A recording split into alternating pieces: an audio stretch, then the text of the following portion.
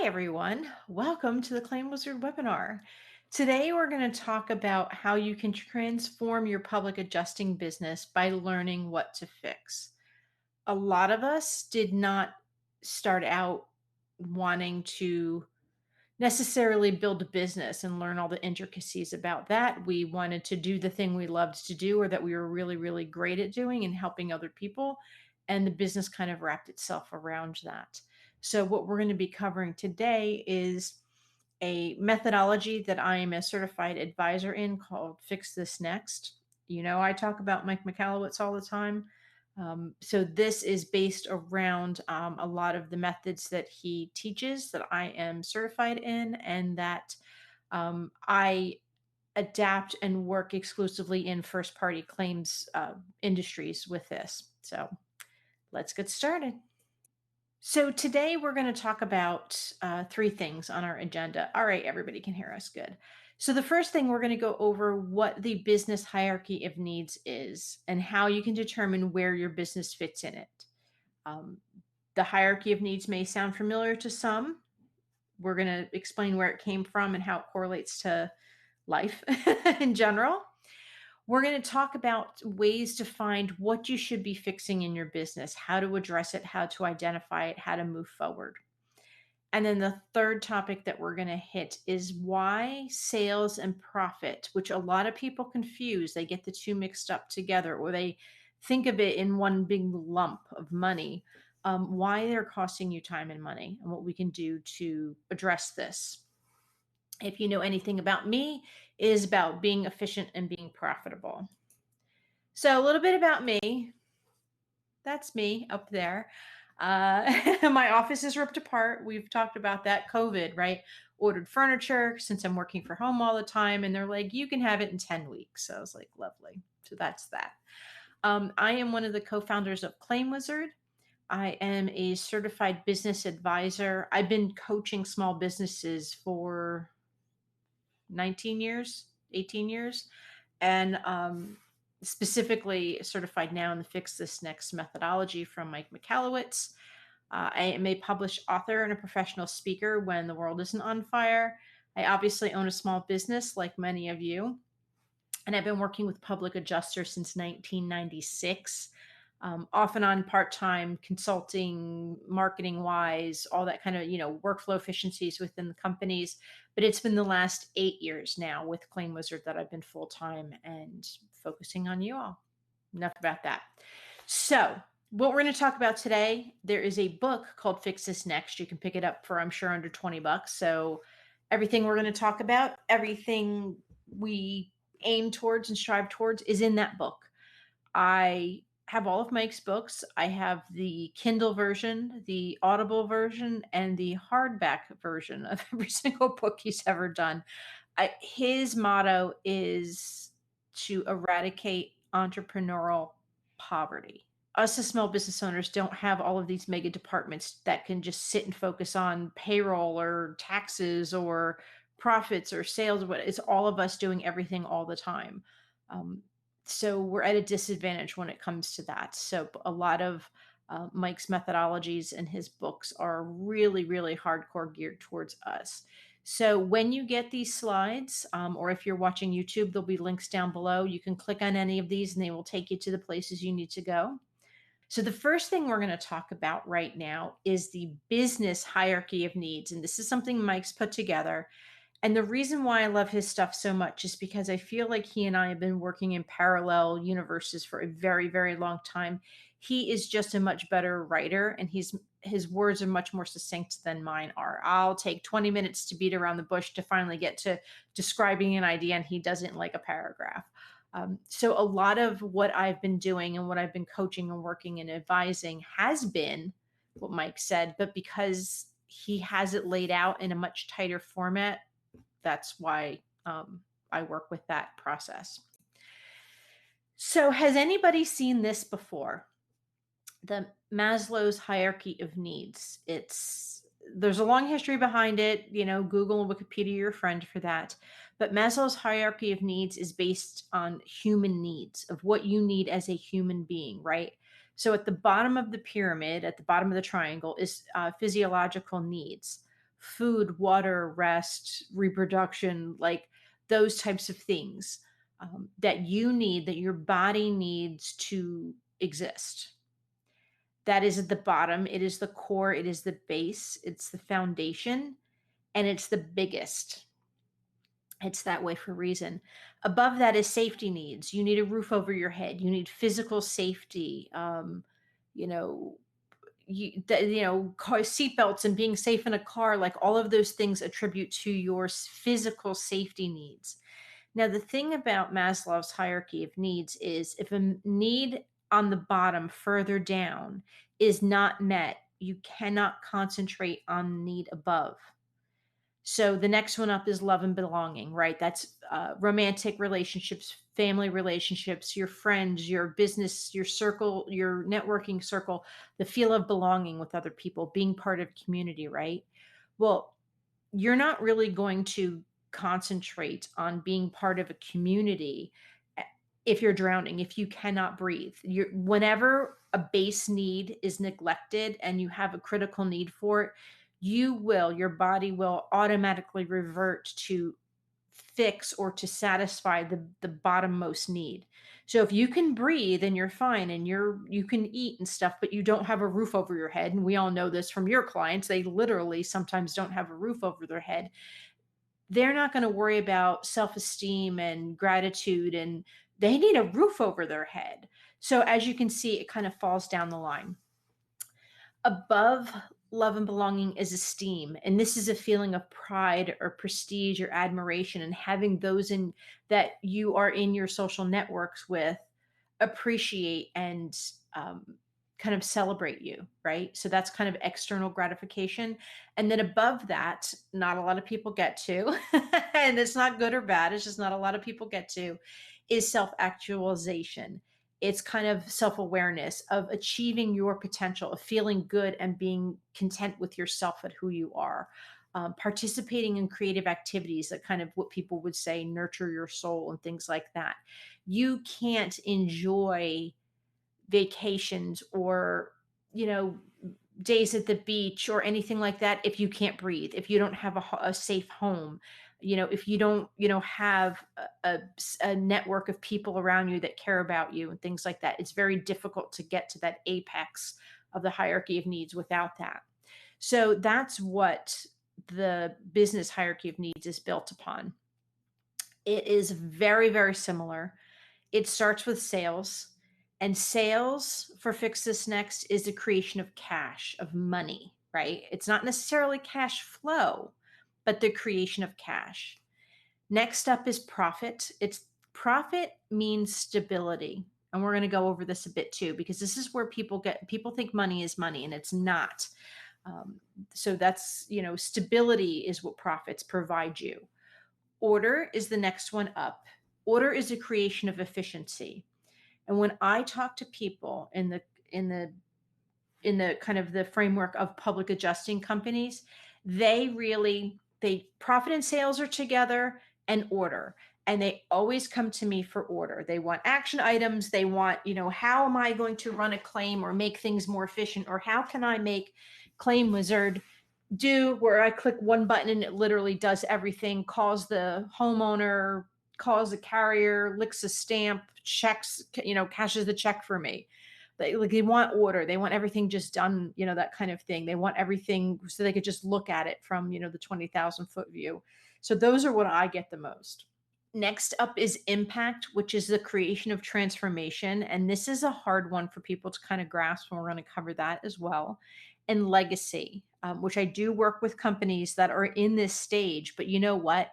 If their profits totally took a nosedive because of the situation of the world today, or because maybe they lost, all, their best solicitors or their best adjusters, legacy and their idea of turning a company over and having it basically, go to a next generation or live on without them, that's not going to happen if the cash is gone. So you have to realize that when something below it falters, your business needs to fall back and deal with fixing the level of the hierarchy of need that is needed most desperately. Okay, so this is kind of how it goes, and we all know Wi-Fi is critical to everything. Wi-Fi is better more than air or breathing or food for a lot of people nowadays, right? Um, but as you can see, it kind of goes across, and you can see sales is basically the food and water of your company. Profit is safety.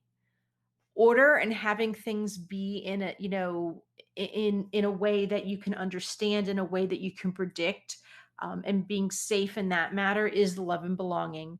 Impact correlates to esteem, and legacy is self-actualization. So we're gonna kind of just keep those in mind as well. Okay, so what should we focus on to fix? Well, that's great, Lynette, but all of these things there, you may look at some of those and say, oh, that sounds like me, or it doesn't. We do have a free assessment that you could take. There's a link at the bottom, and then I think I'm going to, it gets sent out in the slides afterwards that you can kind of take a look at. But you can take that free assessment. It'll ask you some really smart questions that I have here as well.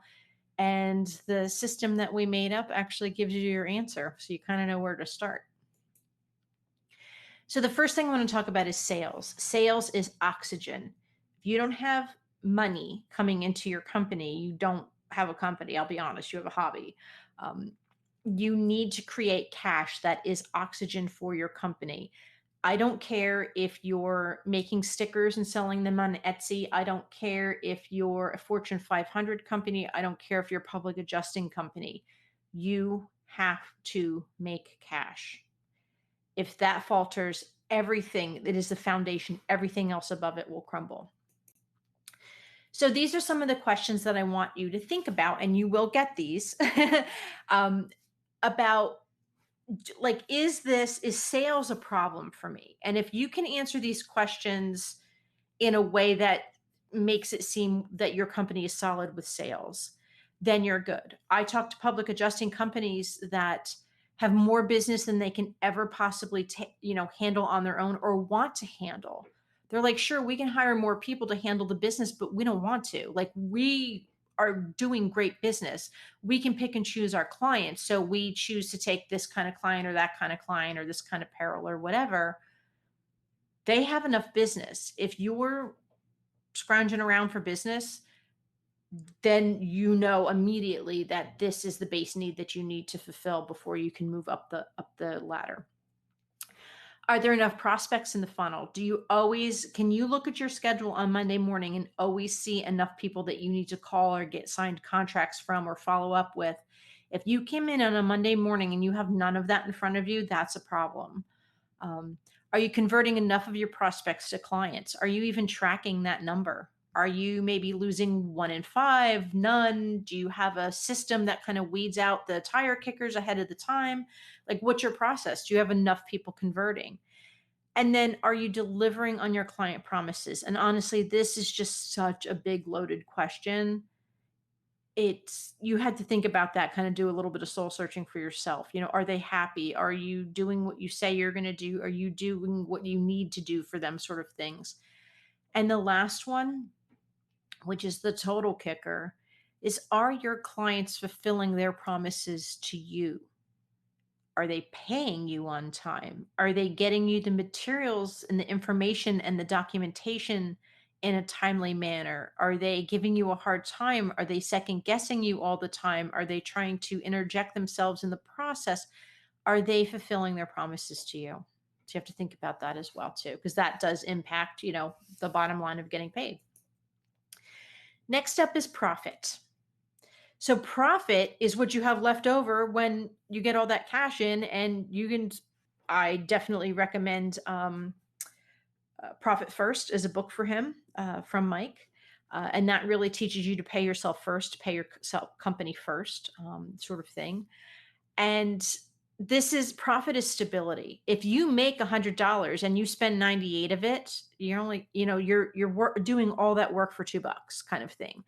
I see companies spend a lot of money on rightfully so, on their adjusters, but then they overpay in the fact that they pay their adjusters 50% of the claim fee, but then they put two adjusters on the claim and don't adjust the fee. So that's 100% of your fee that's gone. There's no profit.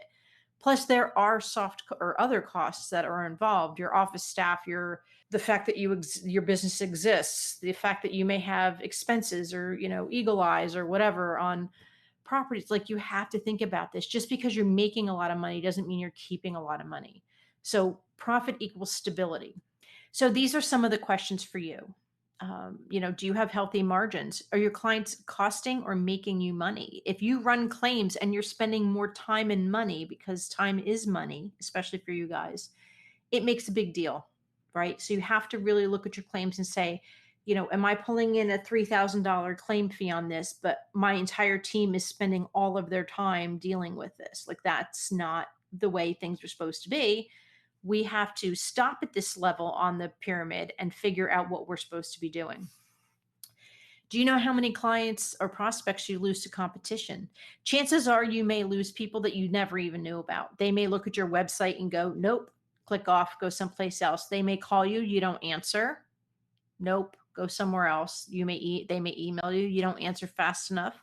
They may cancel their contract and say, well, this guy promised me 2 points less or whatever. Like, sometimes you're going to know and sometimes you're not. But a lot of times you have a gut instinct on this. So let's figure out how to track it. Next is, do you use debt profitably? And this is something that we can definitely get on in depth in a different discussion, but people can use debt to make money. I'm not a fan of, giving financial advice, but Mike's advice, specifically in his Profit First books, are that if you borrow money, if you take on debt, debt should result in a higher return on investment, right? So if you borrow $1, you should get $1.05 back, kind of thing, or $1.05 worth of new business out of it, whatever it is. You should never um, use credit or debt in a way that doesn't earn you back money. And then last, you have enough cash reserves. Because if your profit margin is small and you have to operate without profit, how long are you going to be able to operate? So these are some really tough questions you need to think about how much money you're actually retaining in the business after all is said and done.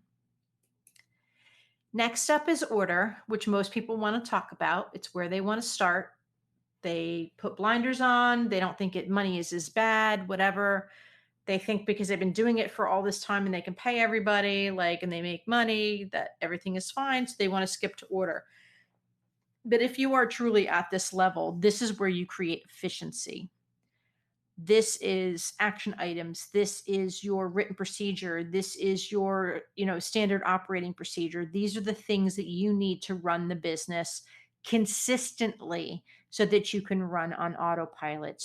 Do you have a functional process to reduce bottlenecks and inefficiencies? Bottlenecks could be processes, bottlenecks could be paperwork, bottlenecks could be you. So think about that. Are your employees matched up to what their talents are, or are they in there because that's what you hired them at or what you can afford to pay them? So I've seen people with MBAs working as receptionists, and it's not anything other than they needed a job, they were qualified, but now you have an MBA sitting in your office. Like, use them, promote them, use them to help your business, that sort of thing. Um, and this is something, the next one we talk about quite a bit. Are the people closest to the problem empowered to resolve it? Meaning, I'm not going to ask a plumber to fix a foundation problem. I'm going to ask the the foundation, the engineer, the whomever, to fix the foundation problem. Put the right people on the right tasks. When I work with public adjusting companies and the owners or the office managers come to me and they want to rework how everything is done, I want to talk to people that are actually doing this work. And they'll say, no, no, no, but I understand what she does. You don't have to talk to her. You can talk to me. When I talk to the person that actually does the role, I see things that the boss didn't know about, shortcuts that are getting taken, things that are getting skipped, much better ideas that the boss just never heard or never listened to. So you need to put the solutions with the people that are closest to the problem. That's how you create an efficient organization. Can your business operate when key employees are available? And I'm going to tell you, no. Most people, it's no. Somebody's out for a week and a half, payroll doesn't get run because she's the only person that knows how to do it. If you have a big whale client and that adjuster is unavailable for whatever time, who knows how to handle that? Who knows the intricacies of that file? Maybe your salesperson is out for whatever reason. Does your business dry up? Like, you got to think about these things. When your key people are gone, can you still do business? And not only can you still do business, can you grow your business if those key employees are unavailable? And then lastly, is your business known for being the best at what you do? I hired a new marketing person this Monday. She started this past Monday, and I am a firm believer that you should hire people smarter than you. So she is smarter than me. And she asked me, she's like, in the public adjusting world, like, what are the big issues that you guys have? And one of the things that I said, the general public doesn't have a knowledge of what a public adjuster can do and the benefits and the help that you provide policyholders. And she was like, that's sad. And I agree. Once people know who you are, do they know you as, oh, if you got a problem, that's the guy that you call, or it's like, hey, I have this kind of home or this kind of property or this kind of boat or this whatever. Brad is the person that you want to talk to, hands down. I wouldn't trust anybody else with it. Are people saying that about you? Because that shows an efficient process that you're providing them as a service. So, next up, and these are the top two little ones at the apex of the triangle, is impact, which is the need for transformation through the business. This is one, like I said, people have a little bit of a hard time grasping and they may want to skip it, but it is very, very important if you have the others taken care of. This is where your impact of your company and your work, even as an individual within a company, if you're not the owner, everyone's impact, everyone's contribution should matter, should go collectively to transform a company into something greater than its parts, right? Your work with your clients should transcend and transform above and beyond the actual work of adjusting if you want to. A lot of people, in fact, the overwhelming majority of business in general, not just public adjusters, never want to get to legacy or impact. And it doesn't matter. No one says you have to. If you're a business, you got to make cash and you got to make profit. If you want to be inefficient and crazy pants all over the place, like, go right ahead. If you're bringing in the coin, who cares, right? Maybe you don't. You always need cash. You always need profit. Everything else is kind of negotiable, but it is a quality of life when it comes down to it. Questions for impact. Are you looking to help your clients beyond the claim? So it's like, this one might be tricky. Like, are you giving them suggestions? Well, here's the tile guy that I use, or this guy he put in all my new blinds in my house. So let's call him. Oh, you need a dry out guy that has super quiet fans because you have babies in the house that sleep. Like, let's talk about this. Can you give them suggestions? Are you willing to help them, or that you're like, whatever, we're going to get you your money. Like, go figure out how to get mold remediated. Like, we don't know. Are your employees motivated by the company mission, or are they just in it for themselves? Are they in it for their own goals? I'm going to make some cash. I'm going to work here for 3 years and I'm going to be out. I'm an adjuster. I'm going to come in. I'm going to learn the ropes. In 2 years, I'm out. I'm going to make my own company. Are they really inspired and motivated by you as a company and what your mission is, how you want to help? And are your company goals aligned with your company vision? So this is kind of a flip of the one above it, right? So do your employees say professionally, like, I want to grow as a person, I want to grow my professional skills, and it aligns with what the company needs? So it has to work both ways. You can't just expect people to be sitting there producing for you and the company never gives anything back. So it has to go back ways. The fourth one are employees empowered to give critical feedback. I'm going to tell you stuff, and maybe you'll be surprised and maybe you won't. How many times that I talk to, and I say how many, like, we'll say 3 times a month. So it's not like 3 times an hour. Maybe 3 times a month, I get phone calls from people saying, well, I know it would be better to do this and this and this. And I see that it would be more efficient and save people time and be more productive, etc. But they don't want to tell their boss because their boss is like, listen, it's my company. This is how we do it. Lynette, can you suggest this to my boss so maybe he'll take the idea? That is horrible. If someone has to come to a third party, outside, unconnected person to say, hey, can you help me do my job better because no one will listen to me? That is a toxic environment. I'll be quite frank with that. Your employees should learn how to give critical feedback, constructive criticism, whatever. It's like, hey, I know we do it this way, but I was thinking about something else. Can they come to you and tell you that without, retribution, basically? And last, does your business seek out vendors to collaborate with and improve your client experience? So, you going in there together, are you making appointments with the person that's putting in the new blinds and saying, you know what, I'll go in, I'll meet there. I won't let you have the appointment by yourself because I know you may not, of course, you're not going to tell clients this, but maybe you don't understand all the intricacies and the technical details of what he's saying. Let me come to your appointment with you so that I can hold your hand through this process so we can do whatever. Are you going the extra mile for your clients? And then last is legacy. And this is a sense of permanence in companies.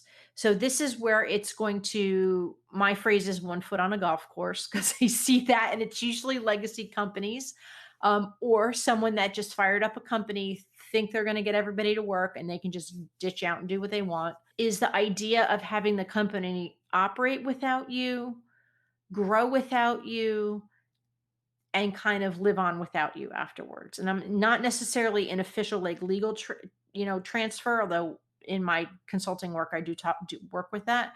But can this company live on its own, or is it all hinged on my name because it's me? And then when I retire, the company's going to crumble because they don't have my name to lean on. So you need to think about that as well, because that is something I see quite often in public adjusting. So the legacy questions are: do your customers defend and support your company? Do they stick up for you? Do you somebody go on Angie's List and give a little bit of trash talk and other people jump in there? Like, do they love you? Honestly, I can say, and I said this to, Amanda, my new person here, and I was like, we go to conferences and people hug us. They love us because we love them. We love all of you. And that's where we look at this as a partnership. Do your clients look at you as a partnership with them?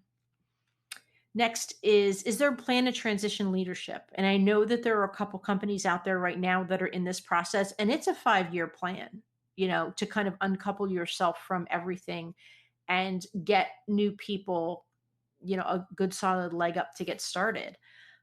Is your company promoted without the need for direction?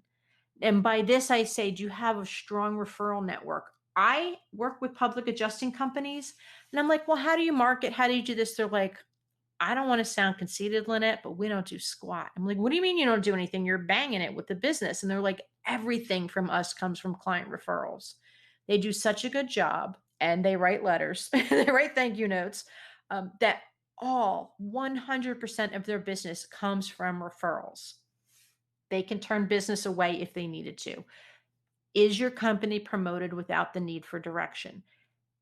Most companies are going to need some kind of advertising, some kind of marketing. It's just the way of the world. It's very noisy out there. But do you have a strong, I guess, personality with your clients? Next, is there organizational strategy in place? Do you do quarterly meetings? Do you have a board? Some of the larger companies do, but even small companies, Dave and I have meetings. We vote on things. I think my vote counts for 51%. P doesn't think that, so we'll leave it at that. But do you have an organizational strategy? If you're more than 2 or 3 or 4 people, do you have clearly defined roles of leadership, not just employee? And then, is your company designed to adapt and improve to be better? Are you actively working to find the holes and to plug them in your company to grow yourselves bigger? So, one of the things that I wanted to go back at is we talked about these base needs needing to be filled before the ones above it can be worked on. Now, I know that in a company, you're always working on at least sales, profit, and order, right? Impact and legacy, like I said, those top two, that's a maybe thing. Sales, profit, order, you need. There's really no two ways about that. So what it is for this is what I've seen with public adjusting companies is, if you look at sales, the people that have the biggest and most immediate impact on sales are any sales staff you may have. And that could even be someone answering the phone and answering questions from a prospect, because now that really is pre-sales, to your adjusters, to dedicated sales force, to your adjusters, if they're out there, the ones soliciting and getting their own claims. Sales really does lead to those two people, or those two groups of people. If you are needing to focus on income and profitability, profit and sales is where you need to live. And then above that is profit, right? Your operations. And if you're, a team of one, it's when you've got your finance hat on. If you're a team of three or four, maybe one of you is responsible for like running the books. That's the person that or people that are responsible for watching and being the caretaker of profit, right? Of that stability level. That's an operations group. So if your company is working on income and profitability and getting that stronger and shored up, ops, sales, and your adjusters are who is going to have to be brought into that conversation. Above that is order. And that's generally your office staff because they are the ones really in charge of efficiencies, and your adjusters, because some companies, their adjusters do all their own paperwork, make all their own meetings and appointments, they do everything. And some companies, the office staff does that. But even if the adjusters don't have responsibility for back office things for their claims, they are still greatly responsible for the process and workflow of the actual adjustment of the claim. So if you find yourself needing to work on order, your office staff and your adjusters are the ones that are going to have to take that responsibility on. Above this, because our last webinar was on franchising, franchising is an impact level. That's where your transformation, that's what you cannot start an impact, a franchise. Let me get on the video because now I gotta start preaching a little. You cannot go and grow your company, other offices, bringing on a whole bunch more staff, bringing on a whole bunch more public adjusters, if you don't have order. Order is the thing that a franchise is basically what you are when you're selling or opening a new office or, someplace, a different state you want to expand into. You obviously need sales. You obviously need profit. Why would someone buy a franchise if you can't show them you could make money and keep it? But they're also buying your standard operating procedure, which is kind of at that order level. So when you're looking at expansion and franchising, growing and things like that, everything under this needs to be. But the impact is now your company has a much greater impact on more or employees, more clients, more areas of the country, that sort of thing. So that's why impact is expansion and franchising. Legacy is it is what it is. So you can see one thing that I've been really over the past couple of months thinking about is how does the business hierarchy of needs, what's a quick way that you can put yourself or categorize yourself and say, where do I need to go? I am reading a book, or I have read it. I'm reading it again. I can't remember the name of it. It's around here someplace. It's called The Top 10 Distinctions Between the Wealthy and the Middle Class, or something like that. It's a very short audiobook, but they basically break it down into five economical categories of people: very poor, poor, middle class, wealthy, and very wealthy, right? So I said, well, okay, that feels like, I think when you're at the legacy level in public adjusting or in your business in general, that feels very wealthy. And I'm not talking about a money thing. I'm talking about just as the whole of the business. If you're scrambling for sales and you're basically scraping together and taking stupid claims that you have no right taking, you're at that very poor level. So this felt very much like it all kind of intersected somewhere. So to me, if your business is living client to client, if your business is client to client, so almost paycheck to paycheck kind of analogy, right? If you're like, well, we've got to close this client and we've got to push through these claims and we've got to get this done because I need that fee check. First of all, you're going to do things sloppy. There's a chance that you may do, people will err on the unethical side, or whatever, skipping corners, whatever, because you're desperate for cash. If your business is a client to client business, you absolutely do not get to pass go. You have to work on your cash and, the business, the oxygen creation of your business. If you're at the profit level, you can probably run month to month. You think about, well, yeah, my numbers are good for this month. And how are we looking for next month? Payroll's covered. Everything's good. Is there any money left in the kitty on the 31st of the month? Or do I have to wait to the first until, think about that. If your mindset is thinking month to month and not, micro client to client, You probably need to concentrate more on your profits, having better margins, collecting money faster, that sort of thing. If you're working cat to cat, and for anyone that stumbles across this that is not in the public adjusting first party realm, we mean catastrophic event to catastrophic event. I forget sometimes with the lingo. It happens. Um, but if you're going cat to cat or season to season, right? So right now when we're filming this or we're talking about it, it's the beginning of August.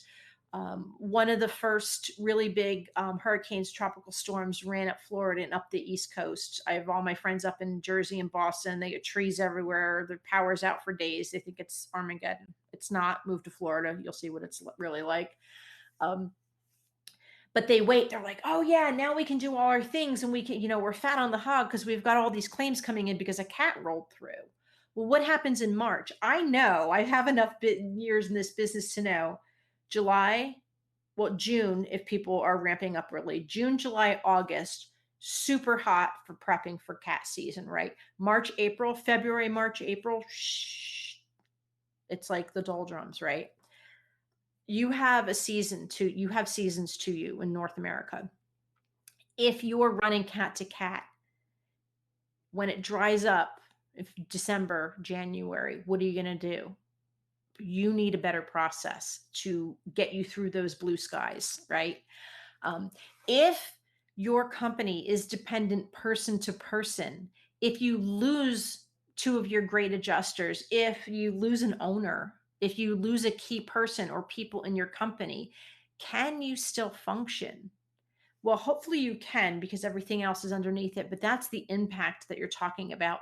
If clients leave with that new adjuster going off someplace else, or your office staff leaves and your adjusters are mad, like that's an impact thing. That means that you have other things to work on, your income and all that may be good. And legacy is when you start thinking generation to generation. I know there are a couple public adjusting firms that I believe are going on the fourth generation of leadership, have made that transition kind of thing. So the great grandfather basically started the business, heaven knows when, and now the great grandchild is taking over now, and the grandchild, which is the dad kind of thing, is kind of moving out. So when they think about company transitions, they think generation to generation. So you can kind of see what's your default for kind of thinking about your company. If you're in your company right now and you're like, well, we're going to set up these processes and do all this and get everything consolidated because when I give this company down to my children, you know where you're going with this. I mean, yes, you always have to worry about order and profit and sales. I'm not saying you get to ignore those things underneath, but you get to enjoy being at the apex. Now we're going to talk about profits versus sales and time versus money. Profit comes from sales. Time, actually, believe it or not, comes from money. So this is my thought on this. Making more money is not always the solution. And the solution to what? Well, that's your question to ask, right? And spending less money isn't always the solution. I should probably tell my kids this. I tell this to myself in our company, things like that. Sometimes spending money makes you money. Sometimes spending less money costs you money. So really kind of noodle on this for a little bit. So I want to talk about the survival trap, right?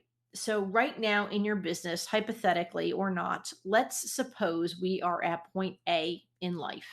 You need your business to have more money. Where are you going with this? What do? You're at point A. How do you get to the point where you make more money or have more, profits in your company? Draw this on a piece of paper, point A, put a circle, and just draw a line anywhere, shooting out of it, whatever direction you think you're supposed to be going, right?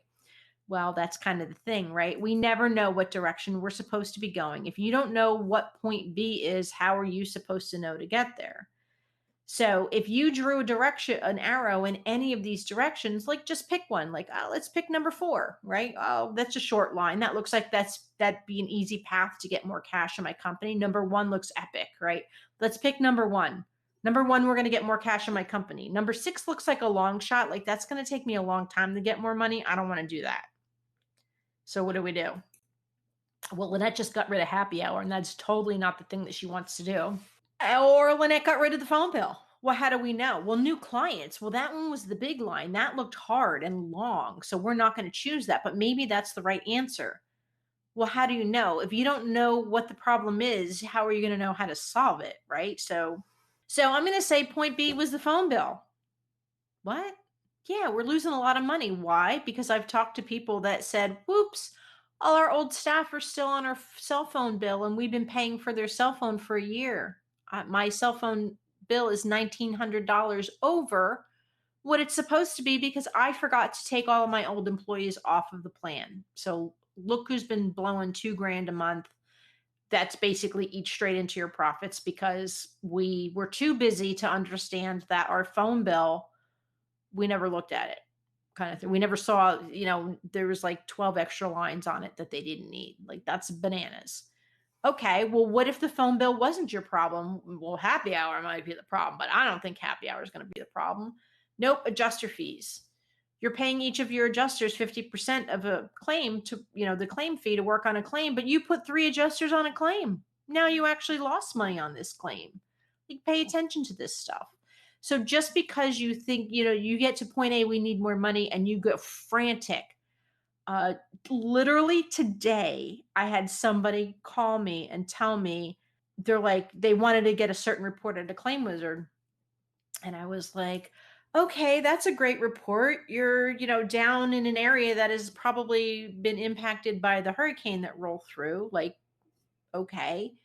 And their answer was, we're going to go driving neighborhoods and look for blue tarps. I'm like, oh, there's got to be a better way to make money than that. Knocking on doors. I mean, yes, I know it works, but if it's a measure of desperation, let's think of something else, right? Send your new guys out in a car with a magnet with your name on it, driving around. But, if blue tarps driving, war driving for blue tarps is your only business plan to make more cash, please don't. There's better ways to do it. Okay, so what I want to talk about here is more resources. What can I give you that will work for you going forward? But you can click on any of these for you. So definitely check out Mike's book if you can. I think it's really worth the $22 or whatever it is.